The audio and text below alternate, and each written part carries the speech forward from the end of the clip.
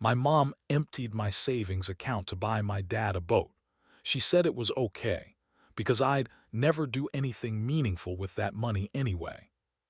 That was the moment I realized I wasn't their son, I was their backup plan. Bear with me because this whole thing is wild. Hey viewers, just a quick thanks, over 15% of you are already subscribed. It means a lot. I've never said this out loud before, not all of it, not in one sitting, not without sugarcoating it or trying to make them look better than they were, but I'm done pretending. I'm done protecting people who never once protected me. Let me start from the beginning. I was the good kid, quiet, dependable, invisible unless they needed something. I got good grades, picked up extra shifts, stayed home while my siblings went out. If there was a mess, I cleaned it. If someone had to give up something, it was me.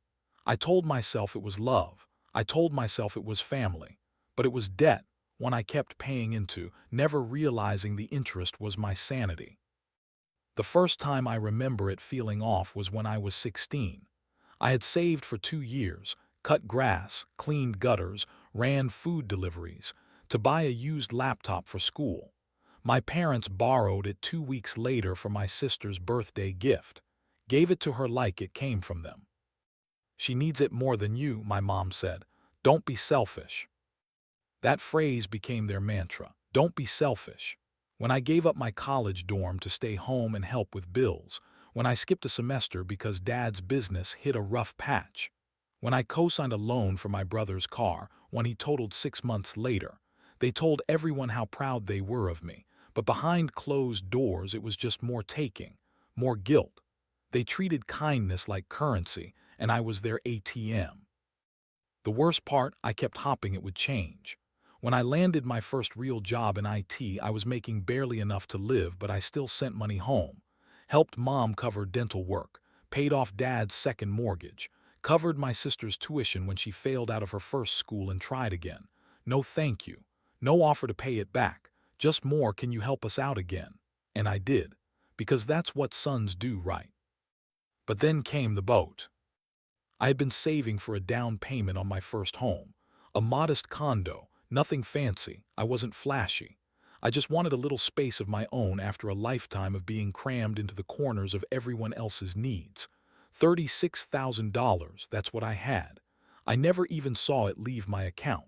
Turns out I'd added my mom to the savings account years ago when I was 19. I forgot. She didn't. They bought my dad a used fishing boat because he'd worked hard all his life and deserved something nice. And me, you'll make it back. You're still young. Don't be dramatic. That was the moment something in me cracked. I didn't confront them right away. At first, I just went quiet, stopped answering texts, let calls go to voicemail. I think part of me still wanted them to feel guilty, to realize what they did. They didn't. They acted confused, then offended, then angry. You're acting like we stole from you, my mom snapped one night on the phone.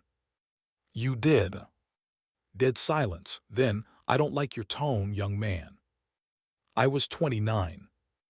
The next betrayal came like a punch to the gut. I was in the middle of moving out of my crappy apartment when I got a notice from the IRS. Apparently, my name was tied to a small business loan, one I didn't take. Guess whose names were also on it? Yeah, my parents used my info to apply for a $40K loan during COVID. Forged my signature. Never told me. Never paid it back. When I confronted them, they didn't even deny it.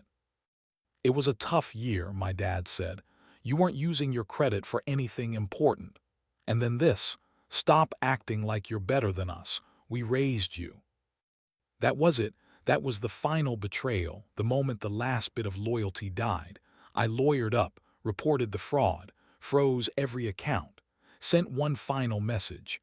Don't contact me again unless it's through legal channels. We are done. They tried to guilt trip me.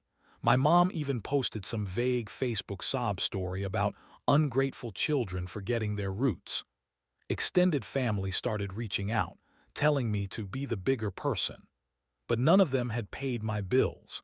None of them lost sleep over empty bank accounts and maxed out credit cards and watching their dreams burn to keep someone else warm.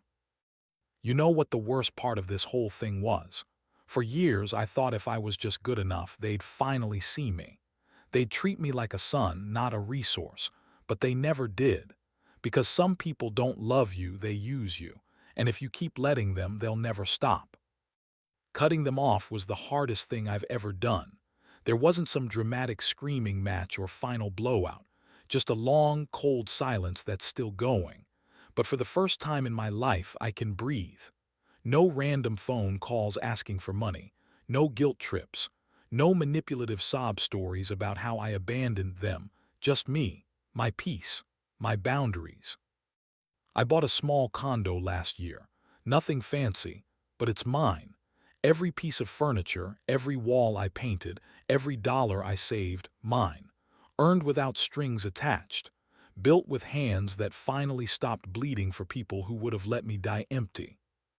I don't want pity. I want other people out there, the ones quietly drowning in family obligations, to know they're not alone. It's not selfish to protect your peace. It's not cruel to say no. It's not betrayal to break away from people who never saw you as anything more than a convenience. My parents gave me life, but I gave myself a future, and I won't apologize for that.